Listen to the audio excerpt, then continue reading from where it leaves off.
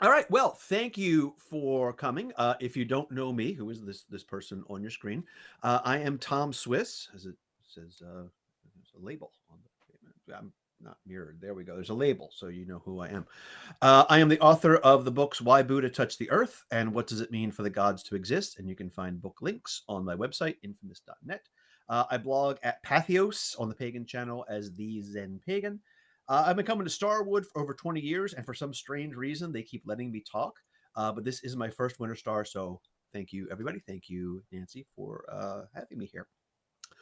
What I would like to talk about today is a framework for thinking about magic. I don't know your background. One time I gave a talk about magic at Starwood, and Oberon Zell came, which is kind of like having Jimi Hendrix show up for your guitar recital. If you're new to this stuff, I hope it will be a useful orientation. And if you're an expert, and I see at least one person on this screen who is somebody I'm going to quote later on in this, if you're an expert, I hope you'll find at least one or two ideas worth taking with you. We will have time for open discussion at the end. So I'm going to ask if you have comments or questions that sort of build on a topic or go off on a tangent. Please hold them till then. I think that will work better for the Zoom format. You might want to make a little note so you can come back. What was that thing I wanted to ask? Oh, yeah, write it down. But if there's something that's not clear, please do go ahead and jump in. I think if you raise your hand on Zoom, I'll be able to see it, or Nancy is monitoring and she'll see it. And I also do have the chat window open here if you want to use that to tell me how clever, funny, and handsome I am. uh, anyway, what I would like to talk about today is a framework for thinking about the art of magic and for thinking about art in general that can help you find whatever style is right for you and encourage you to be an active participant. Let me start by talking a little bit about my own history and how it got me thinking this way. Like a lot of my ideas about this stuff, it developed out of work I've done over the years for the Fire Circle at the Free Spirit Gathering. Now, I'm going to presume you have some idea what a Fire Circle is. That's a topic we could go off for a whole other hour about. FSG, Free Spirit Gathering, if you're not familiar, again, I'm not mirrored in my screen here, a mid-sized festival in Maryland. It's sort of my home event. So many years ago, we were having a big disagreement in the community about our fire circle. What brought this on was one night, some poor fellow got it in his head to try to jump the fire, and he did not clear it. I was not down there that night. I have only secondhand reports, but he scorched himself pretty good. He survived, but it really harshed everyone's mellow for the rest of the festival. And then we had people whose response was, see, these party people at the fire, they are the root of all evil. This is sacred space. It should be formal and solemn with no tomfoolery. This was all taking place on an email list in the off season. And I kid you not, there was one post that said there should be no talking and certainly no laughing while there was drumming going on. Then we had some folks who were like, I'm just here to party with my friends. Leave us alone. Don't tell me what to do. This is gathering in many ways. We don't have to do things your way. And a lot of what I tried to do in group magical workings ever since then has been trying to kind of balance those two extremes. It's an old dilemma, right? Apollonian and Dionysian, as they say. So this discussion went on, and I was trying to find some common ground, some greatest common factor. I got a little inspiration. I tried to boil down the fire circle to its absolute essentials. This is what I call the fire circle triangle. If you've got a fire with a little bit of magical intent, you got people drumming, you got people dancing in a circle around the fire, you've got a fire circle, and anything else is just a question of style. And somehow I was actually able to get buy-in from the community about this. It may be my greatest work of magic ever, getting a fractious community to agree on something. I wrote a little prose poem about it that has been in the FSG program. I think it's still there to this day. Sort of took on a life of its own. And I was still new to the community. This is like my third or fourth FSG, and it meant a lot to me that people thought this was a good idea and were open to it. Now, a year or two after that, we had Jeff Mcbride, Magnus. If you don't know him, he's a big name guy. Okay, he's a successful performing stage magician who also knows a lot about ritual magic, and he came and ran the fire circle for us for one or two nights. He didn't do like his whole alchemical fire ritual that year, but it was still a very structured thing. And he did come and do the AFR for us some year after that. Let me be absolutely clear here. I have the highest respect for this guy. Magnus is a trooper as a performer. He has a wisdom teacher. He walks his talk, A plus all the way. But the AFR was a very different approach than what I had been talking about. And if you're not familiar with the alchemical fire ritual, he's got this whole theory about astrological correlations of different zones around the fire and different parts of the night being different parts of the alchemical process. It's a very structured thing, very structured thing. And somewhere along the line, when I was talking about the contrast, I hit on the metaphor of rock and roll and prog versus punk. Now let's see if I can get this image up on your screen. So if I've done this right, you are now seeing an image on your screen.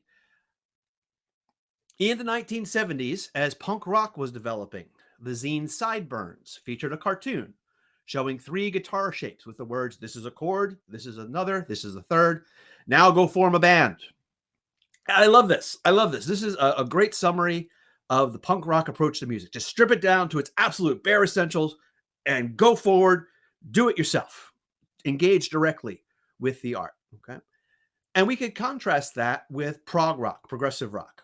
Prog rock adds like complex orchestration, the sort of thing you would find in like classical music or maybe jazz rather than rock and roll, and lots of production in the studio. And it strikes me that in every art, we can find these two trends, adding on and stripping away. Okay. In theater, you have elaborately staged musicals. You've got plays that are meant to be put on in black box theaters.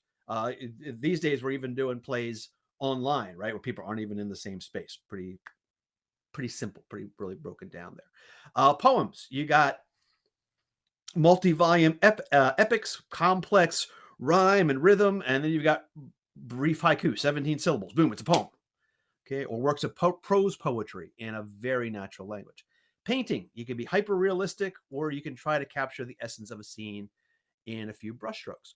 One tendency to build up and elaborate, and the other to simplify and get back to the fundamentals. Baroque versus wabi sabi, if you will. And let's see if I can get this next image up there. There we go. All right.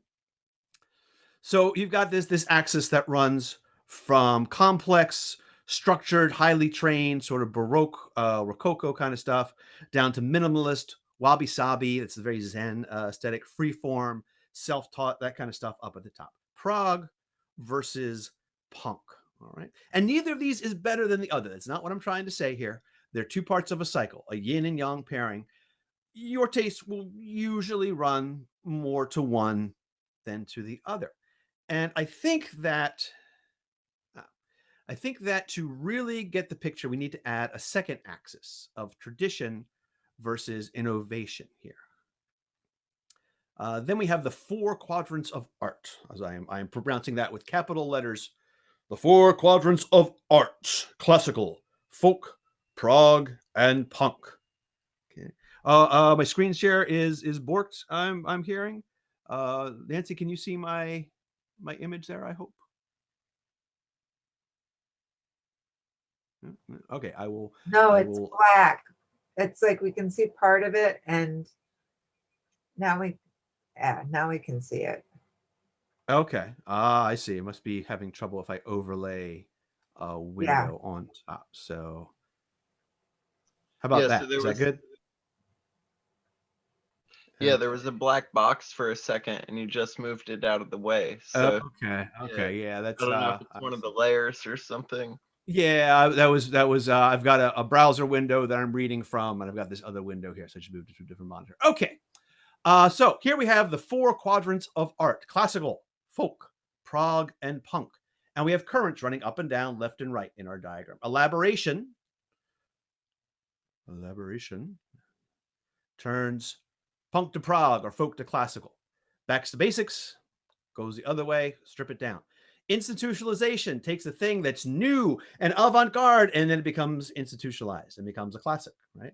And borrowing runs the other way. We yoink from traditional things. We say, you know what? I'm going to go I'm going to go yoink this chord progression from some old folk song or some old symphony, right? So with the warning always that the map is not the territory, let's think about how we might put some different schools and styles and magical religious groups on here. So in ritual magic, a lot of what we have is classical, this high magic, this Hermetic, Golden Dawn, Aleister Crowley sort of stuff.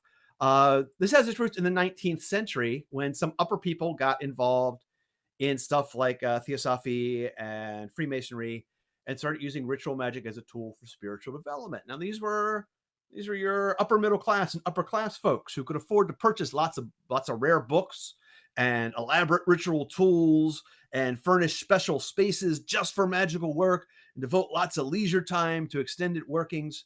And there's also this general trend in occultism to look backwards, trying to find that ancient hidden knowledge. There's often this underlying assumption that the past was more magical. And I put it to you that is a bad assumption. But anyway, we've got this stuff that is traditional and complicated. I'm going to call it classical for the purposes of what we're talking about here. And we'll put that stuff in the upper left here. It's interesting. We see a lot more people talking about this sort of magic than I did 10 or 20 years ago. Recently heard a piece on the Inspired podcast. I don't know if any of you are familiar with that. It's the new name for the old Interfaith Voices show. They did a piece about Damien Eccles, who's a guy who spent 18 years in prison after a false conviction. And he talked about how ritual high magic was what kept him sane during all that time. Did not think I would hear people talking about that on a public radio show that was founded by a nun. That's interesting. Okay. In the 20th century, we have the rise of modern witchcraft, especially Gerald Gardner's Wicca. Sometimes they call that sort of stuff low magic to contrast it with that high magic. Now, Wicca and the stuff that comes out of it, all the past derived from it, have some roots in folk magic. All right, magic for the masses, power to the people. But they were still really influenced by a lot of this Hermetic tradition. They still have a hierarchical structure, various degrees of initiation, formalized teacher and student roles.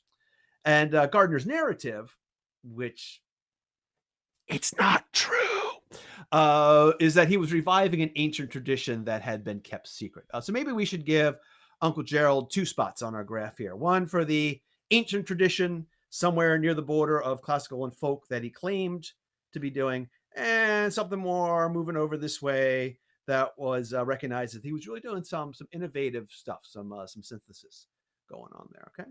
And then we have our folk magic. We got our cunning folk.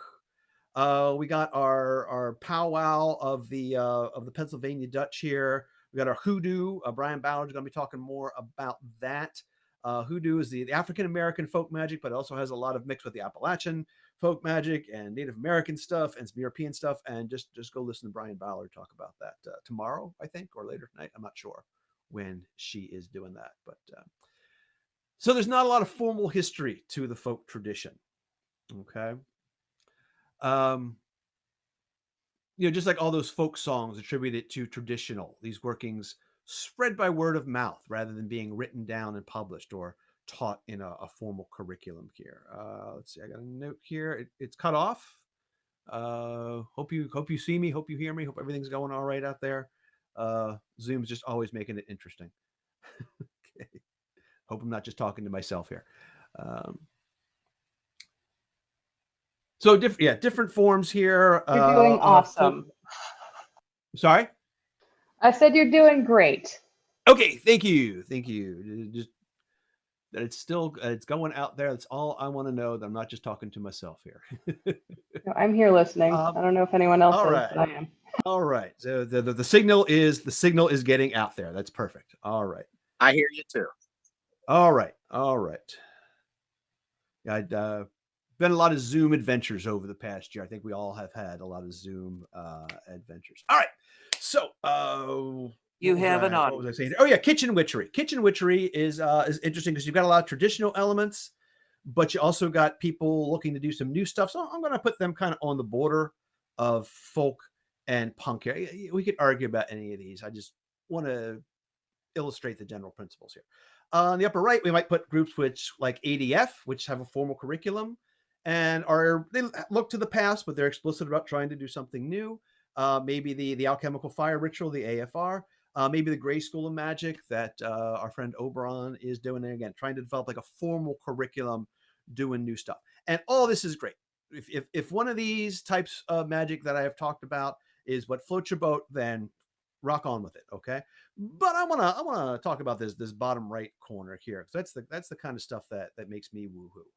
Okay. Chaos magic.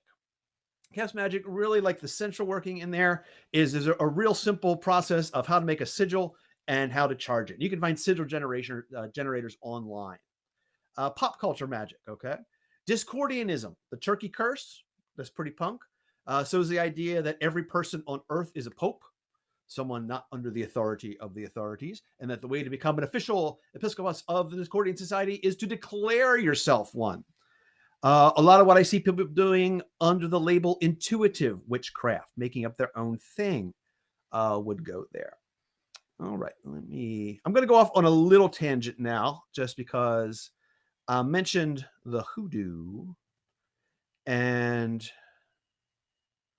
it is Black History Month, and this Sunday is Valentine's Day, February 14th, which is the day that Frederick Douglass celebrated his birthday. And I want to tell you one of my favorite stories about magic. Now, this is a folk magic story, but I think it really gets to some cool ideas about magic. So Frederick Douglass, if you don't know, he was born here in Maryland. As a teen, he was working in Baltimore. He worked in the shipyards in Fells Point. That's the place that the British were trying to get up to and burn in the War of 1814, led to the whole Battle of Baltimore and Star Spangled Banner. But that was before his time. But when he was about 16, he was sent back to the Eastern Shore, and he was hired out. See, his quote unquote owner, I guess, wasn't happy with this kid who had been, like, gone to the city and gotten some citified ways, and was even like teaching himself how to read. So he sent him to this guy, hired him out to this man named Covey, who had a reputation for breaking rebellious slaves. Now, Douglass had a friend, a guy named Sandy, who was a root worker. Root worker, that's another word for hoodoo, for that African American folk tradition. Again, mixes in some Appalachian, Native American stuff. Tomorrow at 12:45, I see in my notes here. So come listen to her tomorrow, right here, WinterStar Channel 1, 12:45 tomorrow. And Sandy advised Douglass, all right, man, you got to carry this root with you. This will protect you from getting beaten by this asshole. Douglass doesn't name the root. I'm going to guess probably John the Conqueror root, but I will let people who know more about this stuff than I debate that. Well, the next day, Covey did attack him. And Douglass writes, this is what Douglass says about it in his autobiography. Mr. Covey entered the stable with a long rope, and just as I was about half out of the loft, he caught hold of my legs and was about tying me. As soon as I found out what he was up to, I gave a sudden spring, and as I did so, he holding to my legs, I was brought sprawling on the stable floor. Mr. Covey now seemed to think he had me and could do what he pleased. But at this moment, from whence came the spirit, I don't know. I resolved to fight, and suiting my action to the resolution, I seized Covey hard by the throat, and as I did so, I rose. I think that's very interesting, right?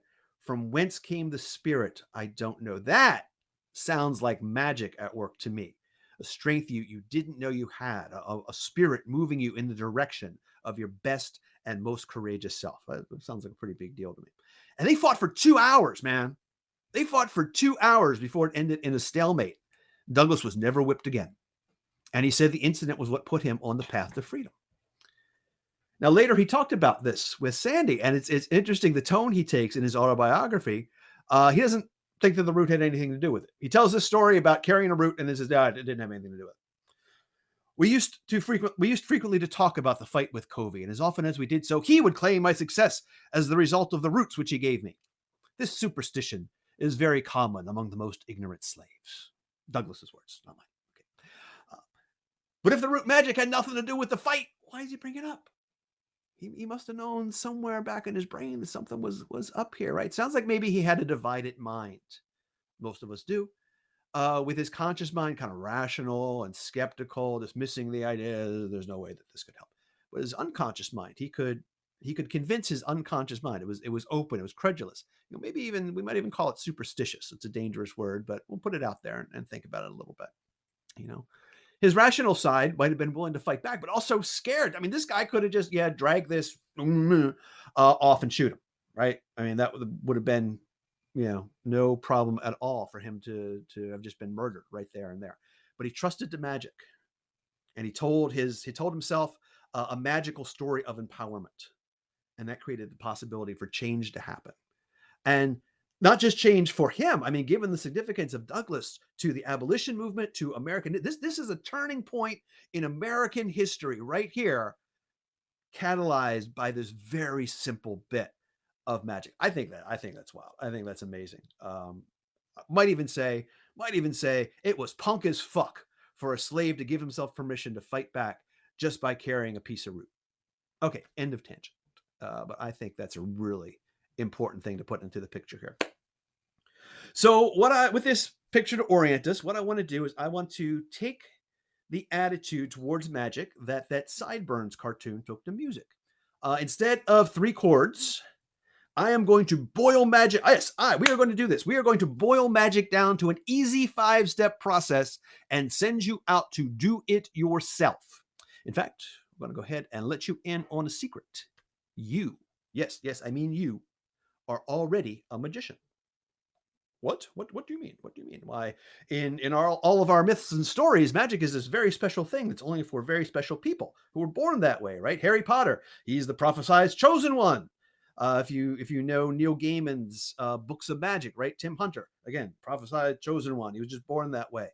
Ursula Le Guin's Earthsea novels, the protagonist Ged, Sparrowhawk, right from being a young child, he's working this powerful magic and scaring all the people around him. In the Arthurian mythos, Merlin inherits his magic power from a demon father, sort of like the Jedi inherit their midi-chlorians, right? Gandalf, Lord of the Rings, he's not even human. He's being like an angel that is sent down into the world by the god of that world to assist and guide mortals. Now, okay, literary conventions are a thing. In a mystery, we pick up a mystery novel, we know the detective's going to find out who done it. We watch a romantic comedy, we know the couple's going to get together. In an action movie, we know the bad guys are going to miss every time they shoot at the hero. Almost they'll wing him, right? So he can show up in the next scene with his arm in a sling. All the westerns, right? And these conventions have entertainment value. They orient us to the story, but they can also distort our understanding of whatever the story is about. So we got to be really careful. We got to be really careful about what we learn from fiction about magic. Okay. First thing we got to put away, the idea that magic is only for some special people. Okay. As my man, Aleister Crowley put it, every man should make magic the keynote of his life. Of course, we would update that with gender neutral language. Say every man, woman, non-binary, every person, right? Every person should make magic the keynote of their life. You might not know it. In fact, you are already doing magic. I tell you this, you're already doing magic. We're going to come back around to that point at the end. But for now, I'm going to tell you to just trust me. Oh, speaking of, okay, no, I'll leave that. I'll leave that for a moment. Okay. Yeah, so Starwood veterans, like I said, I don't know what your background is. Starwood veterans probably don't need me to tell them that they're magic, right? But some of y'all might be new to this. Some people might see a recorded version of this later. It might be new to some people out there. So here's what we're going to do. We're going to do a little magical work right here and right now. We're going to do a little transmission, an attunement, an investment, a little charge. This is meant to apply not just to this talk, by the way, but to this whole event. So we got some people coming up here who are much more magical than I. But what this working is going to do, it's going to hook up the jumper cables. It's going to hook the jumper cables up to you so that everybody who is presenting this weekend can give you a little zap. Maybe I can even give you a little zap myself. We're going to charge you up here. Now, this is magic by definition. We are not bound by the ordinary rules of time and space. It does not matter that you are far away on Zoom. It does not matter if you are seeing this recorded message years or months or weeks or whatever, centuries later. This is being beamed out to Alpha Centauri, and this, and some super intelligent shade of the color blue sees this. This applies to you too. All right. So probably the first part of this is me convincing you that I can do this, right? Who is this? Who is this guy? So let me get into the persona a little bit here. There we go. All right. So my friends, do you want to do magic? You can tell the universe you're sent, even if the mic is off. Speak it, give a thumbs up, nod your head, whatever. Just give your assent. If you don't want to do magic, you're in the wrong place. Okay. Woohoo! Woo! So I ask you again, do you want to do magic? Yes. All right. I'm going to ask you a third time because we got to be sure about this, right? Do you want to do magic? Affirmative. Affirmative. Then hear me. Hear me, friends. I am Thomas, son of Mark and Suzanne. I am the Star Chaser, the Zen Buffalo. I have walked with legendary warriors and great wizards. I have breathed life back into the dead. With these hands, I have made the lame walk. I have cast down enemies. I have led hundreds in making magic. I am known from one side of the world to the other. I am warrior and bard, magician and healer. I have climbed sacred mountains, followed visions that led me to enchanted groves, been blessed by the breath of the sky. I have kindled the fire, led the dance, beat the drum. I am in my place of power with the altar of my ancestors and the altar of my gods. And to sanctify this place and focus this power, I now make the ancient sign of the pentacle.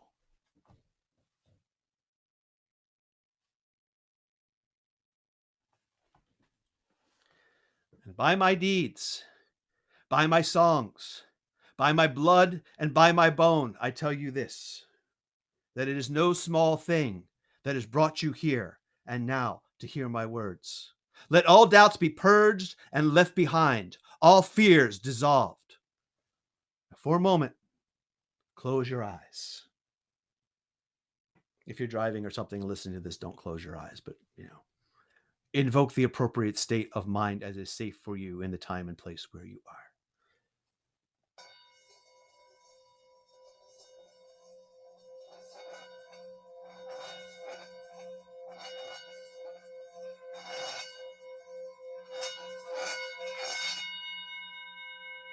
And take now a deep breath, pulling in energy from the world around you, and let it out. And take now another deep breath, pulling up energy from the earth beneath you, the earth which always supports you, and let it out. And take now a third deep breath, pulling down energy from the sky, from the heavens, from the sun and the stars that shine upon you, and let it out. And let your eyes open now. And by the power of this time and this place, I tell you this, that this is the call to magic. This is the sign that you have awaited. Whether you now set foot on the path of magic for the first time, or whether you now renew a master's or journeyman's practice of years or decades, I tell you that the student is ready. And by the ancient law, the teaching now appears. You are a magician. You are a magician. You, yes, you are a magician. So mote it be. So mote it be.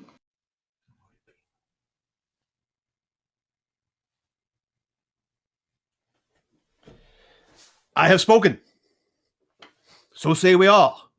All right? Does everyone accept that they are magicians? Do I need to browbeat anyone into accepting this? All I right. am a magician. All right. That's what we want to hear. It's great. So now that you're committed to doing magic, what is magic? Maybe we should have read the fine print first, right? So I often refer to Crowley's definition that magic is the science and art of causing change to occur in conformity with will. Old Alistair then goes on to say that every intentional act is a magical act. A few other definitions that have been offered by expert people.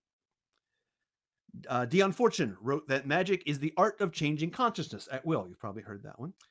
In another piece, Crowley wrote that our ceremonial magic finds down then to a series of minute, though of course empirical, physiological experiments. And whoso will carry them through intelligently need not fear the result.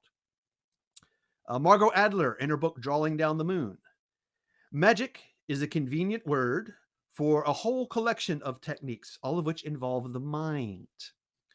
In this case, we might conceive of these techniques as including mobilization of confidence, will, and emotion brought about by the recognition of necessity. The use of imaginative faculties, particularly the ability to visualize, there's a good one there, visualize, in order to begin to understand how other beings function in nature, so we can use this knowledge to achieve necessary ends. Now, maybe this almost sounds like some kind of self-help gimmick, like we might have some sort of, the 7 magical practices of highly effective people on the shelves of corporate managers around the country. And, well, that's not entirely wrong. Daniel Lawrence O'Keefe said that part of magic is speaking in the management voice before you belong to the management. There is this practical getting shit done side to magic, and a lot of folk magic is about that. But magic is something deeper. It's intimately bound up with spirituality, with our relationship with ourselves and with the universe, because magic is also about poetry. One of my favorite definitions comes from Ross Nichols. He was the founder of the Order of Bards, Ovates, and Druids, the other big druid organization in the world besides ADF. He said, ritual is poetry in the realm of acts. I like that one. Ritual is poetry in the realm of acts. And Charles Leland, in his preference to Aradia, the Gospel of the Witches, said that, and so all was and is in sorcery, a kind of wild poetry based on symbols, all blending into one another, light and darkness, fireflies and grain, life and death. But you can still use magic on the job. That is okay. And depending on your profession, you might not let your colleagues know what you're doing. I don't know, maybe you're working if you work in a cult bookstore or something, maybe you should tell your colleagues, if you're an engineer, yeah, maybe, but there's a lot of us magical people out there in the STEM field. So, but as you let more magic into your life, you may find that it pulls you down an entirely different career path than anything you had imagined.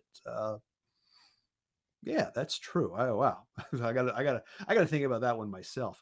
To summarize this, I would like to propose a 5-point definition of magic. Let's see. Shoop. And we'll share that. There we go. And that guy. There we go. All right. 5 principles of magic. Magic is distinguished by the intentional use of imagination to raise and direct psychological energy in order to alter consciousness in a way that will help bring about a specified desired change. This is a little bit formal academic language here, but you're using imagination on purpose to move energy around, right? Magic has an external side where the desired change is a visible result, achievement of some practical end. Magic also has an internal side where the desired change is a matter of self-cultivation, contemplative understanding, the quiet side of magic, divination, meditation, a lot of that stuff in that realm. Magic is a subtle practice in which we leverage small forces and seemingly minor matters to produce large results. That's the whole deal here. You get magical leverage. Magic is an art. What are we doing here? I seem to have lost my... Okay. I'm just going to continue reading here. Magic is an art operating in the realm of the poetic and the beautiful, of metaphor and symbolism. All right. I'm going to come back to that when I do the next thing here. All right. So that's what magic is. How do we do it? I'm going to give you now a 5-step model of magical ritual. And pardon me while I pull up that window because it done went and closed my thing there. So powerful that we there we go. All right.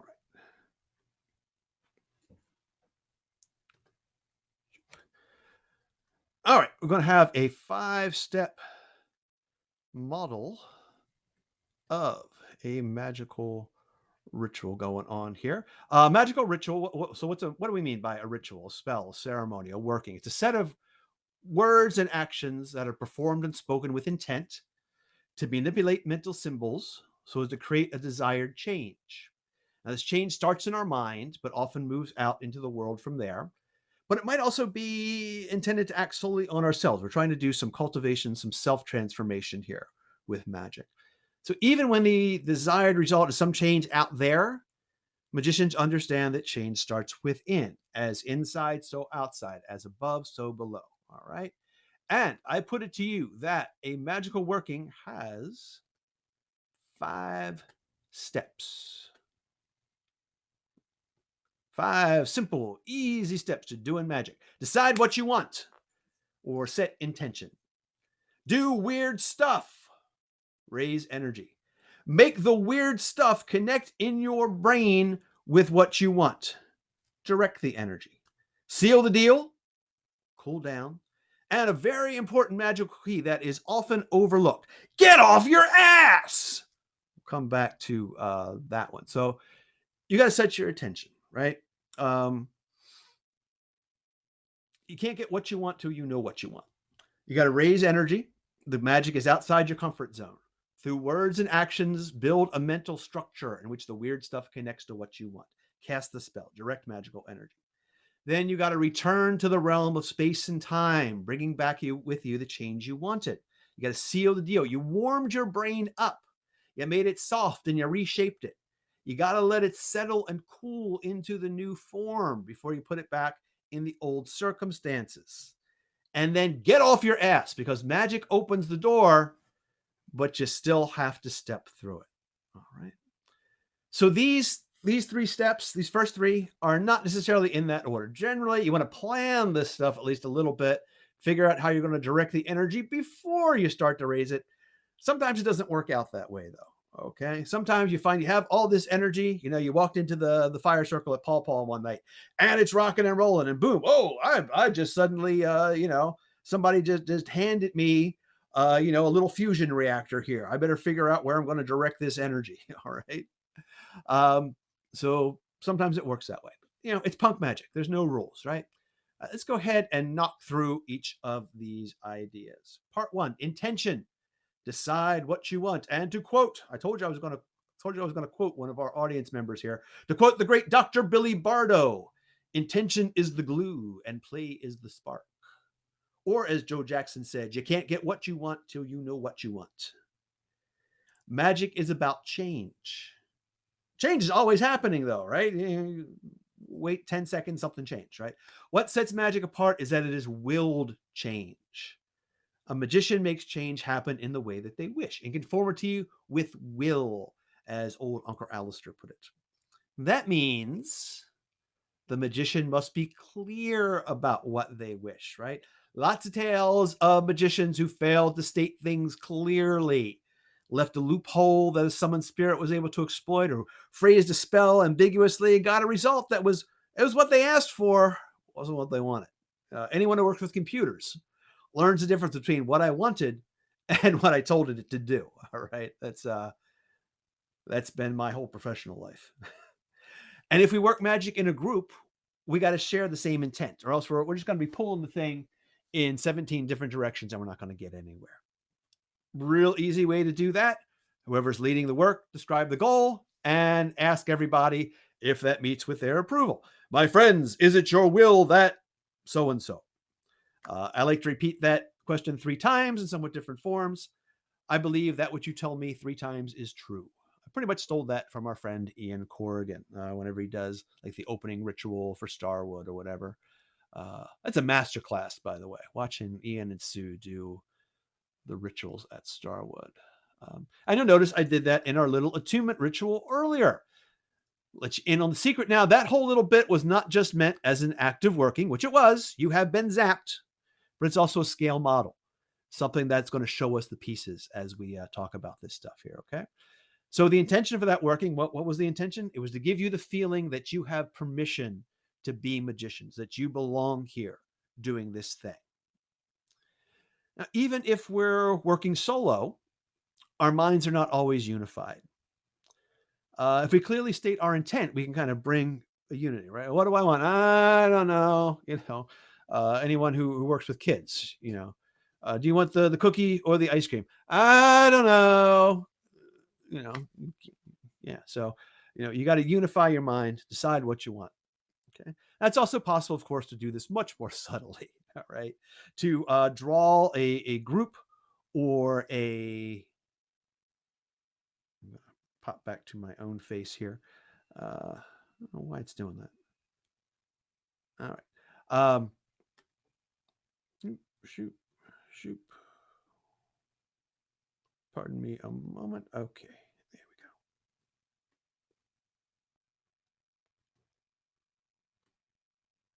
we go. Okay, it is possible to do this much more subtly, to draw a group or a single divided mind into one intent by manipulating the circumstances, the nature, the set and setting, right? We all know set and setting from the psychedelic movement there, okay? But don't neglect the straightforward power of just saying it out loud in a straightforward and direct manner, all right?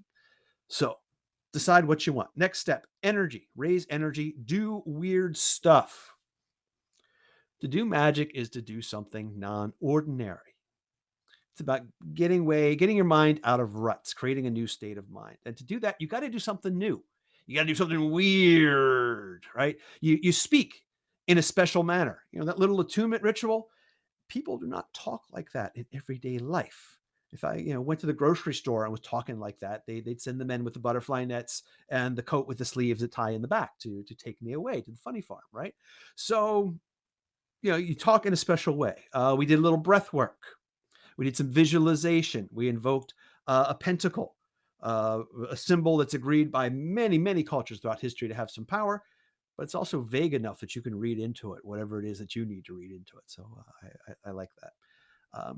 When you raise energy, you might chant words or phrases. You might wear special clothes, or you might get naked. We're not going to do that on Zoom here. You might use weird accoutrements like candles or incense or wands or themes. You dance. Okay. And of course, there's the ritual use of sex in some traditions, right? You do weird stuff to raise energy. Or, as a common internet meme puts it,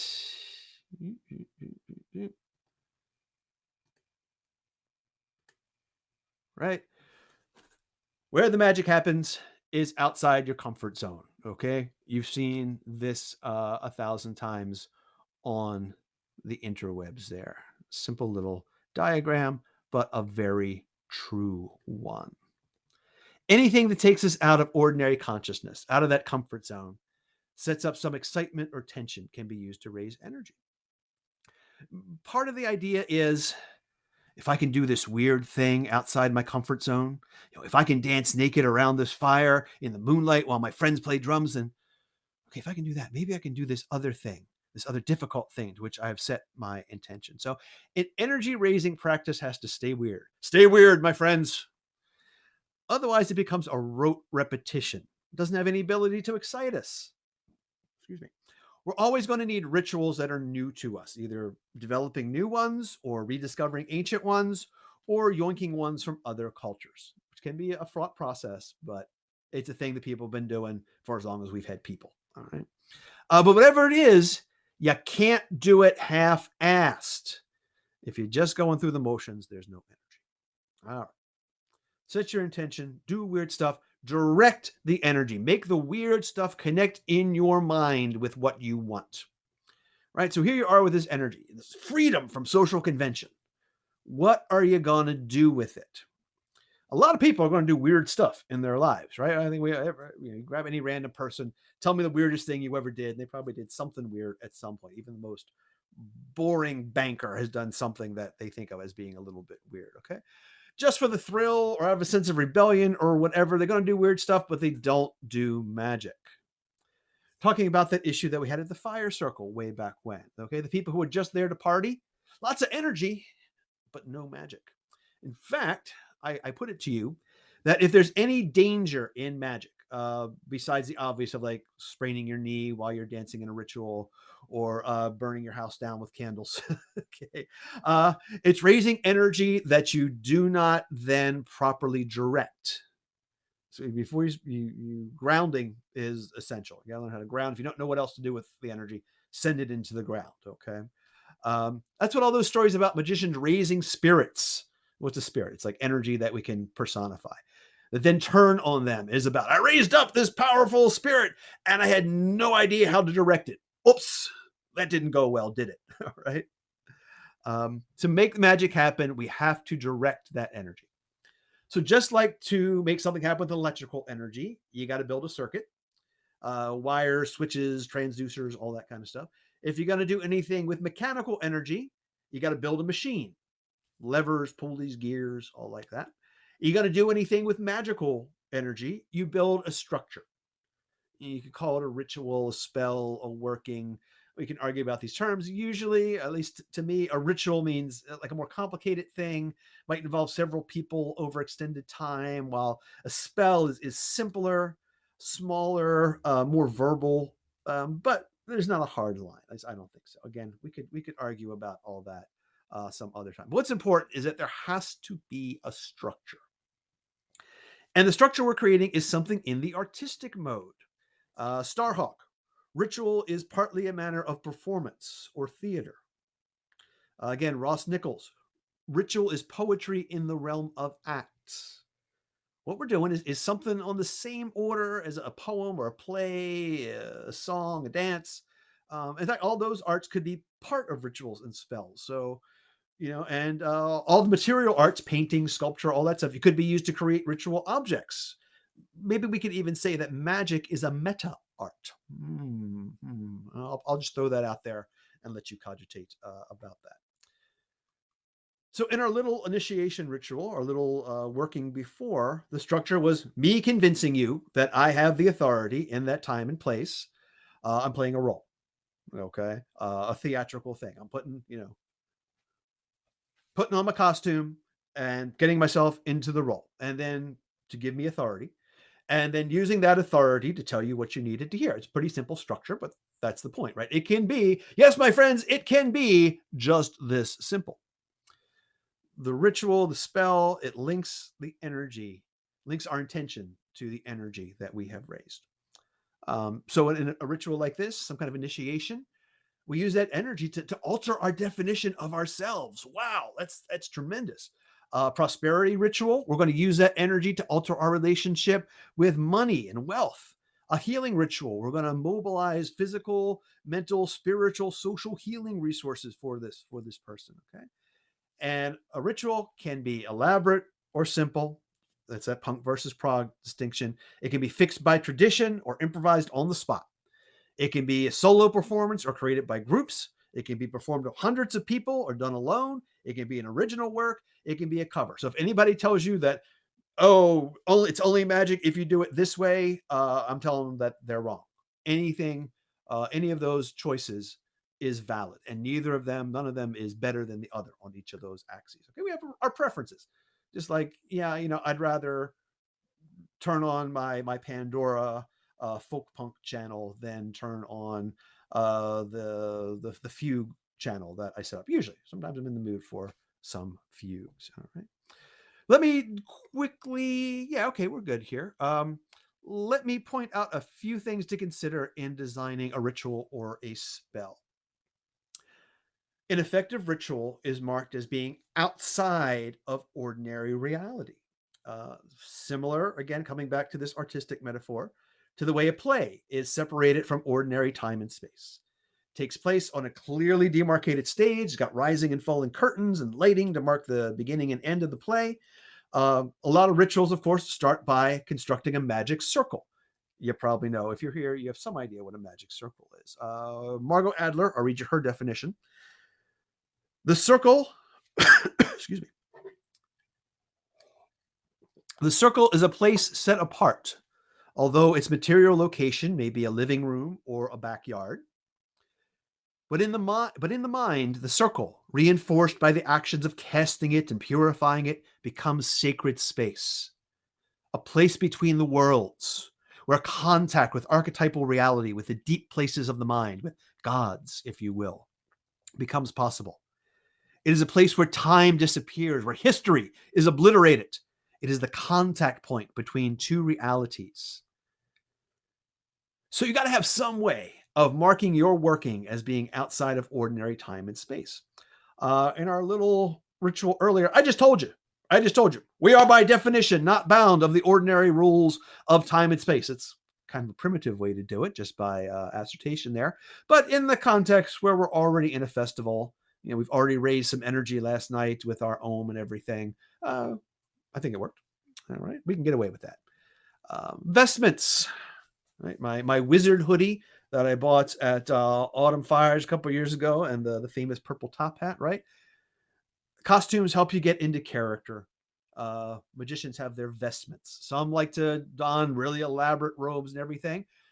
Some people like to use the most unusual outfit of all, the birthday suit, get naked to break ordinary thinking. You can do ritual in ordinary clothing, but dressing up or undressing up gives a thing a sense of occasion, right? And of course, a lot of us have things with us. I almost always have like my little pentacle earring there. And I got these tattoos that are like, okay, even if I'm just like, I got nothing else, I got some tools there to remind me that, yes, I am a magician. All right. Sports teams, armies, doctors, and nurses all have their uniforms. There's a reason for this. The Catholic priest has that stole. The Buddhist monk has their kesa. You put on your uniform, you take on a role, even a piece of jewelry. All right, can help you get in that this is special headspace. Okay, and props. Actors have props. We have ritual implements here, tools for manipulating the energy of ritual. All right, the wand of ceremonial magicians, holy water that Catholics use, the Wiccan Athame, the pipe of Plains Indians folks. The Hare Gushi risk that Shinto priests use for purification. Some people, again, it's a taste thing. Some people like special ritual tools that are never used for any mundane purpose. I'm not going to use this piece of bone for any mundane purpose, right? But that preserves a sense of occasion when the special tools come out. Others, like kitchen witches, like to use everyday objects and not build a division between the sacred and the mundane. My favorite punk magic tool is my multi-tool. Okay. Oh, I need a knife. There we go. We got it. All right. It's with me all the time, my everyday carry. Rising and falling action. Pretty much any play or story has a narrative structure: rising action, climax, and resolution. If the story is long enough, then we usually have a few cycles of this rising and falling action. In ritual, raising power, directing power, and resolving back to ordinary reality. In a big working, again, you might have a couple cycles of this up and down thing. Okay. So just a few things that you can consider when thinking about how to direct the energy, how to make up your own ritual, because you are empowered to do that. You are a magician. So, all right. Next phase, step 4 of our 5-step process is to seal the deal, cool down. This one often gets overlooked. So really want to bring this out. So if you ever made a New Year's resolution, it's easy to make change in your life. It's hard to make it stick.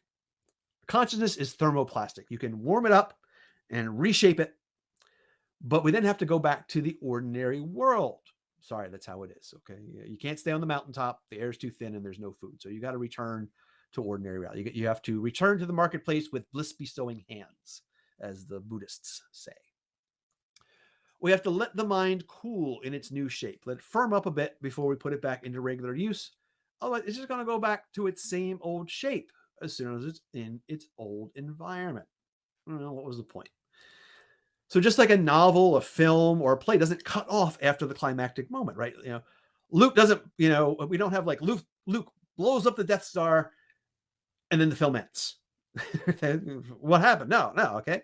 You got to have a resolution after that climax. An effective ritual has to allow for a gentle resolution back to practical, ordinary consciousness. You need some cool down. But that resolution, that cool down should help point us in the new direction, remind us of what has changed.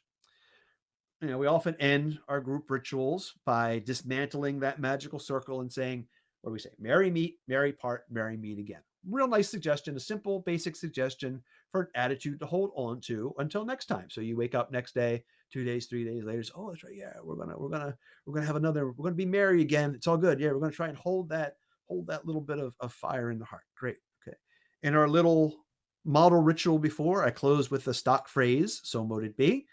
We had a little moment of silence to soak it in. I took down the pentacle, and then I cracked a dumb little joke about I have spoken and do I need to browbeat anyone?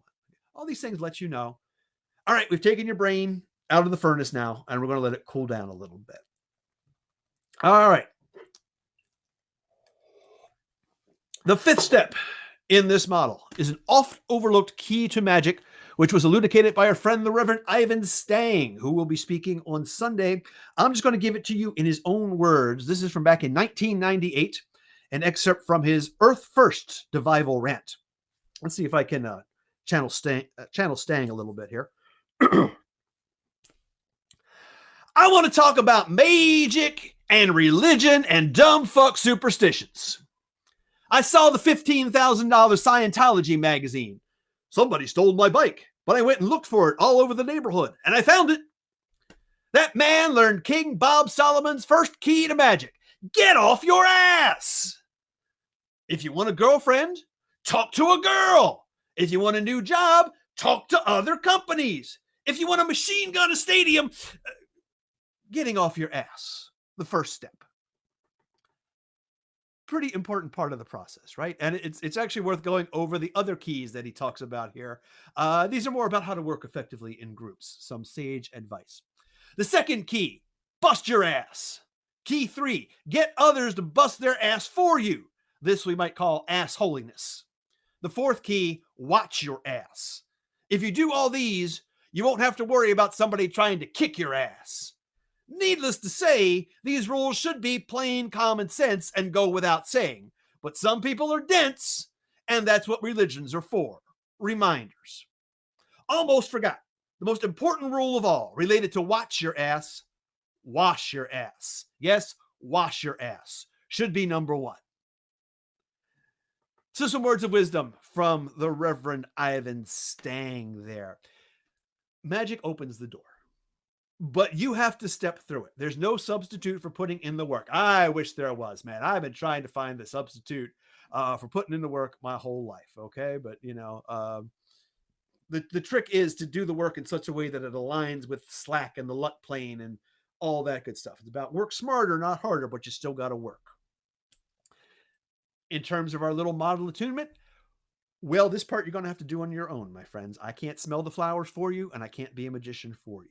All right. So you are going to have to get off your ass and make magic happen, which is good because look at this world and it needs some magic. Okay. So yeah, I tricked you into agreeing to go out and make the world better by doing magic. Huh? How sneaky of me. But we are all magicians.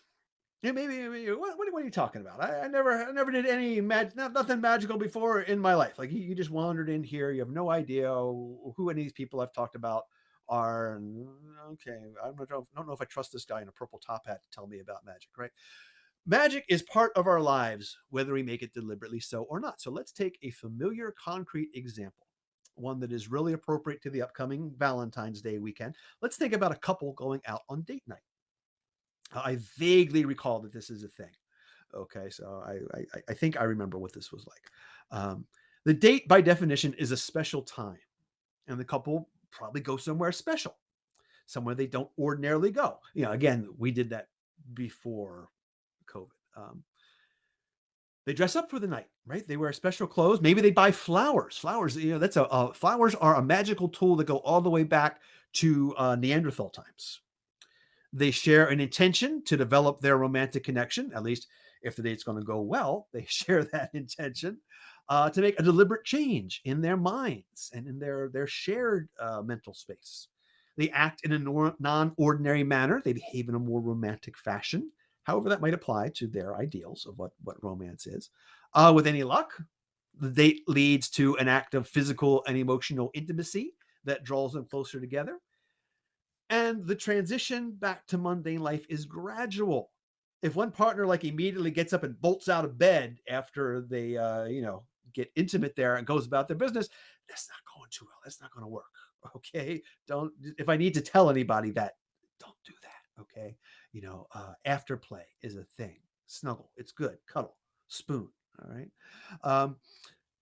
If the date is successful, it inspires them to do the work, to get off their asses, the work it takes to make a relationship succeed.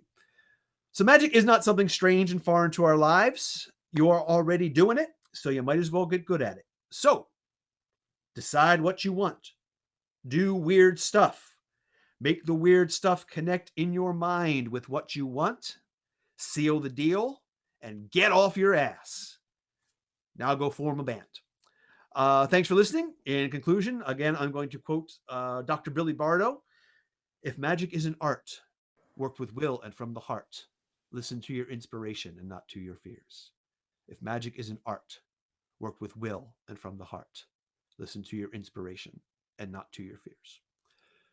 All right. So thank you, friends, for hanging out. And that was just about precisely an hour. Wow. I did good on timing this. So we've got some time. If people want to hang out, talk, have questions, comments, anything like that, we can do that. Thank you, Tom. That was a great presentation, Tom. Thank you. Thank you. Thank you.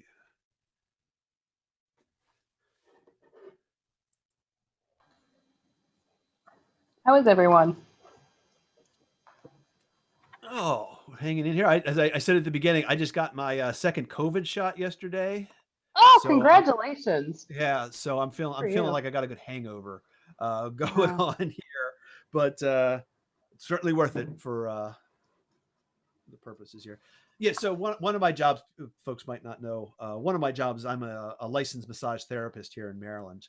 And so licensed healthcare professionals, they kind of bumped us up to the front of the line. And since one of my clients is quite elderly, one of my regular clients, I decided, I got to make sure that I don't give her the COVID. So I put myself out there to be an early adopter.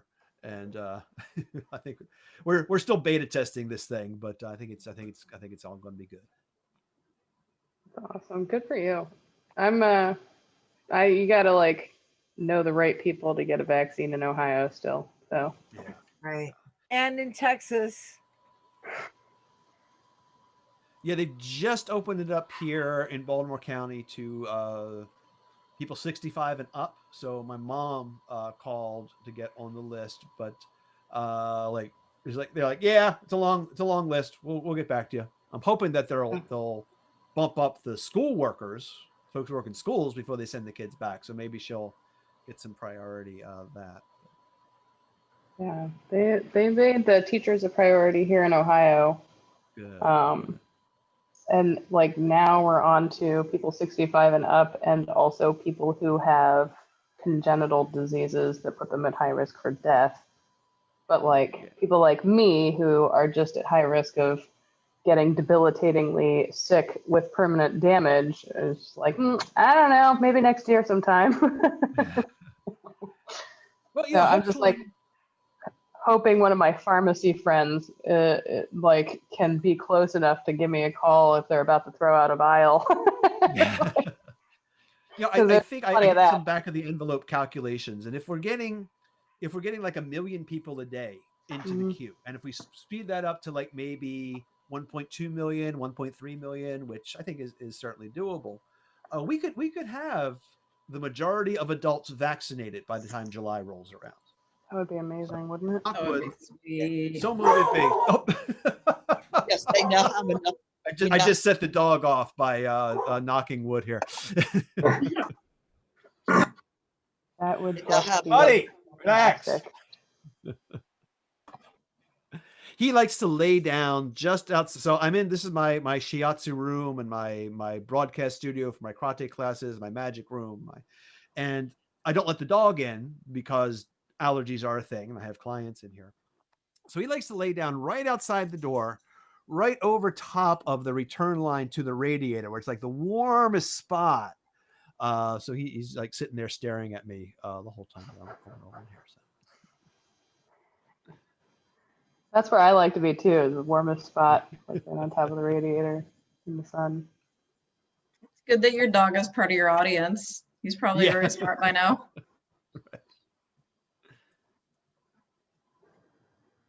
I really appreciated your presentation of magic as art. So thank you for that. Yeah, the intention is to work this up into like a small booklet, like a zine format booklet that hopefully I might have that together by the time Starwood rolls around. And since it's punk, it should be like, here you go Xerox this or download this PDF and print your own copy. Yeah. Get it tattooed on your forearm there where you have a spot. Since we're going punk.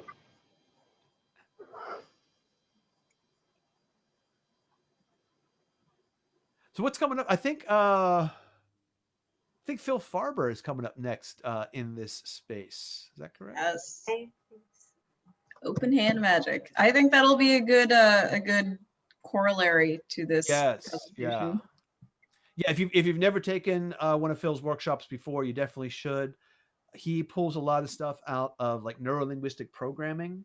Kind of combines it with ideas. I love NLP. Yeah. From the ritual magic stuff. Good stuff. It's awesome. Yes.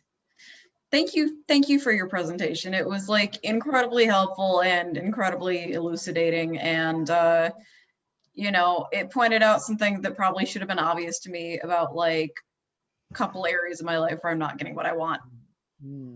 And like where in the magical process I need to intervene with those.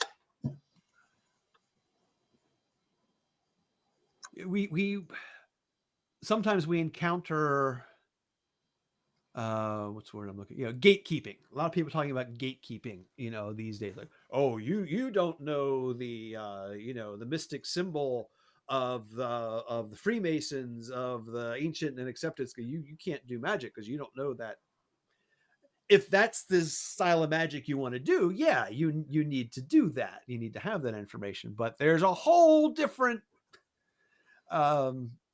you look at the world's traditions, there's a whole lot of magic going on in the world that isn't part of whatever hoity-toity exclusive form of magic that somebody wants to gatekeep you about. So it's like, well, fine, screw you, I'm going to go build my own magical lodge with blackjack and concubines, whatever. Yes, I like things to be as simple as possible. That's why I'm a Taoist. Yeah, exactly. And I've when I was in Japan, something that really struck me as I was going around all these different temples and everything was you would go to like a Shingon temple. That's the style in Japan that I think is most closely related to like Tibetan Buddhism. Very elaborate, Vajrayana kind of stuff, very decorated. And you go to a Zen temple and it's just like a room. Yeah, we got like a nice Buddha statue up here and a painting on the wall, and otherwise it's pretty much an empty room. Just come here, sit down, and shut up. Yep. And neither of those is better than the other. If I sound like I'm denigrating one, that's not my point. I'm just saying one of these resonates a lot more with one than the other. I'll tell you real quick about an experience that I had while I was there. So I went to the mountain where Usui supposedly had his Reiki experience. Okay.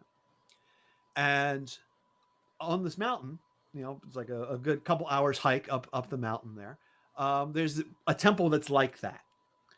And it's very elaborate, lots of gold everywhere. I'm just like, man, I came all this way.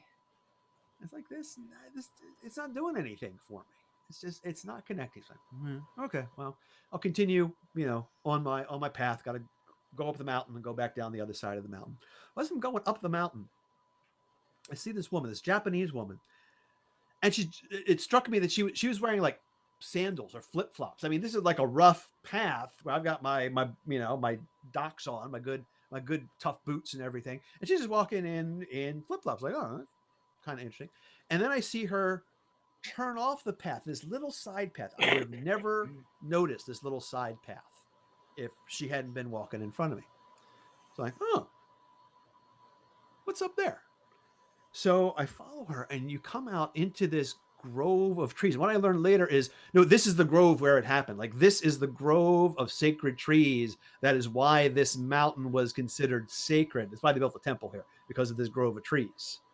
And there's like nothing there. There's like one little very plain structure, like, for a little shrine or temple, something.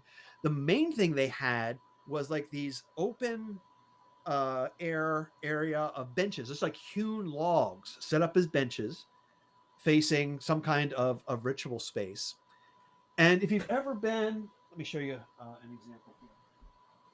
If you've ever been to Japan, you may have seen these little guys, the Emma. These are little placards that you basically like write your prayer on and leave it at a Shinto shrine. And they're usually manufactured like this. Okay. The only time I've spent months in Japan over the years. This time I was there for like 3 months, and I've been there several other times for shorter periods. This is the only time that I ever saw a handmade Emma. Like, it looked like something a kid had made to express their heart's wish to the spirits. And I'm like, oh, this is the shit, not that fancy temple back there. Again, if you like the fancy temple, that's great and everything. But in terms of what got me was this simple handmade thing hanging outside in front of like just the most basic possible space for group worship. So that was a thing. Oh, and the woman disappeared. That's the other side. I walk into this grove, and where's that? Where'd she go? I don't know. Make of that what you will. Maybe she went down another path somewhere, or maybe it was something more. I don't know. It was so sacred that she just spontaneously ascended. Maybe. But it was definitely it was a thing. And in fact, I've been working lately something I'm planning on doing some classes about at some point, is like taking that energy. Like I say, this is where Usui had his Reiki experience.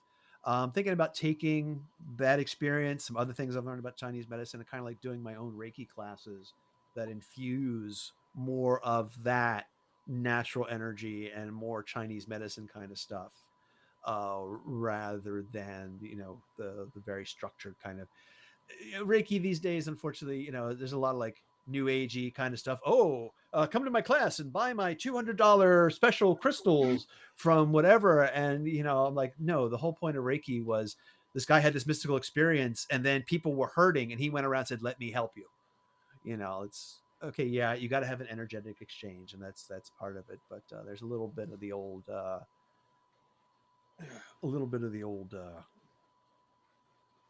greed. Let's just put it simply, greed in some of that new age stuff there. So not my thing. I got really lucky. I got my Reiki attunements from a woman who was like, let me just make this as stripped down as possible and say it's all basically intention. Here's a few categories of intention that you can consider using. Perfect. Have you ever given someone a comforting hug? Congratulations, you've done Reiki. Now let's just elaborate on that. Right. That's my take.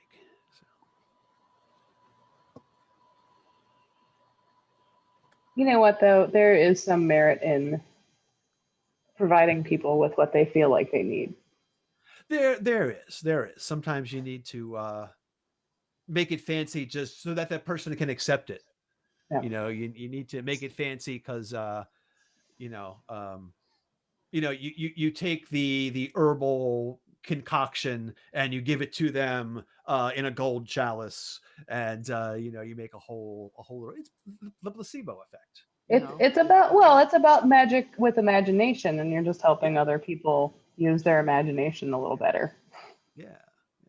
You know, made my me mom laugh. was You made me my laugh when you mom- said that about the hug, because I did healing hugs for a long time and then went to my first Reiki class and I couldn't do Reiki. I just went, oh, now I know what I'm doing in my healing hugs. I'm doing what you're doing, only I can't do it the way you do it because I already know this other way. Yeah, That's awesome.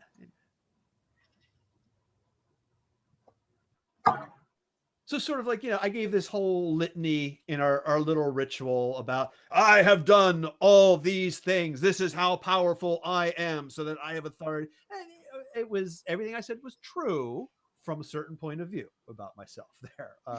Maybe expressed poetically. But and I think we can all, hopefully that's a good practice. That's actually a good practice I would suggest. Sit down sometime and do that for yourself. If you were going to make up your magical resume about all the great things that you have done, the powers that you have, what would you put on that? And you can express them poetically, but truly, but poetically. So. I didn't say, oh, I helped do CPR on a guy once. I said, I have breathed the breath of life back into the dead. It's that's It's a way of claiming your power as well. Yeah, absolutely. Because once you speak these things that you have done and you've said, oh, I have this agency in the world, you need to remind yourself, because we do, we sometimes we have our good days and our bad days, and we lose track of our agency, we lose track of our power.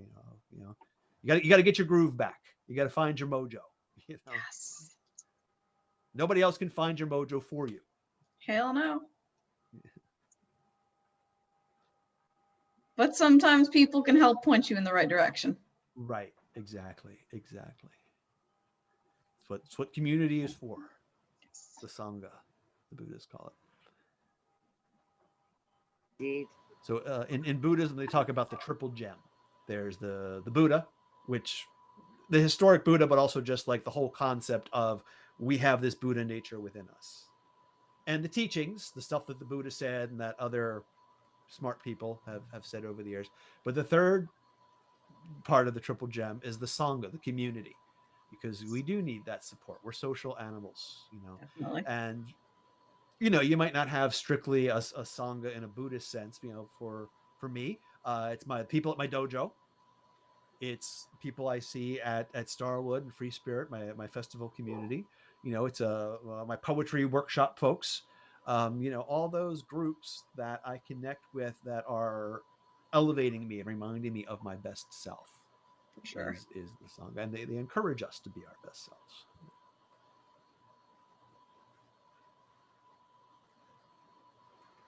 100% agree. All right. Me too. Yep. Yeah. So I'm glad that, as I said, I got plans to turn this into a booklet. So I've been scribbling furiously and taking notes for a while now. I'm like, is this going to make any sense to anybody else besides me? So it's nice to Oh yeah. get some people going, oh yeah. Oh yeah. Definitely, I Tom. appreciate it. That's good stuff. Yeah. I wrote it down in my book. All right. It was a nice outline. Absolutely. Yes. I like that it keeps it simple. Decide what you want. Do weird stuff. Connect Well- to weird stuff. When you first said it, it reminded me, so much of Stang's thing. And then the last one was get off your ass. Get Then off you're your channeling ass. him. I'm like, oh, this is great. I wish he was here, but he's not in here. But he would have loved that. And I thought that was great.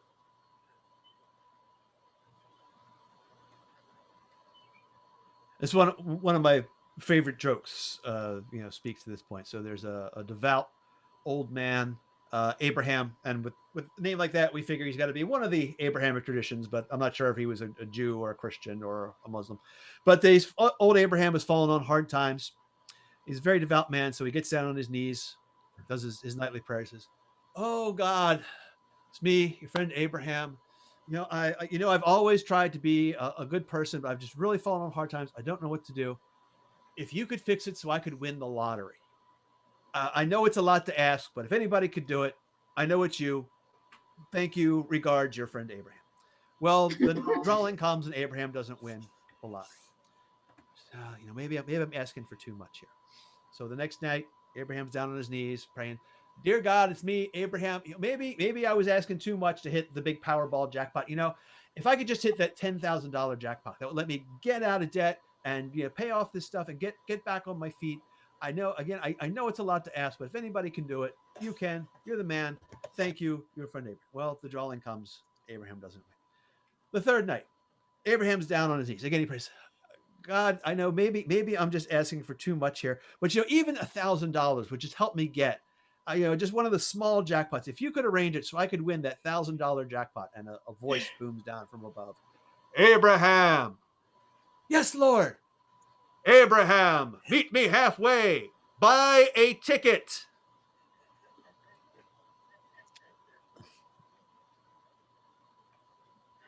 Nice. Yes.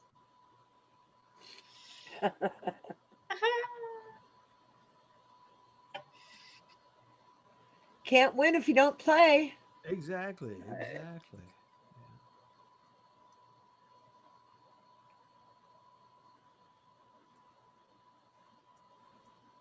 Well, thank you, folks. I think I'm going to try and see if I've got a little bit more coffee down there before we come back for Phil Farber's workshop. So I think we've got like Phil Farber up against Ian Corrigan in the next time slot, and that is a difficult decision to make. They're all being recorded though, right? So we can watch any of them later. Yes, we're recording them. All right. Excellent. I'm going to put everyone back out in the waiting room while Phil gets set up to do the next workshop. All right. Okay, everybody. Nancy, thank you. you. Thank you, Tom. Thank you, Tom. Great class. All right. Go do some magic.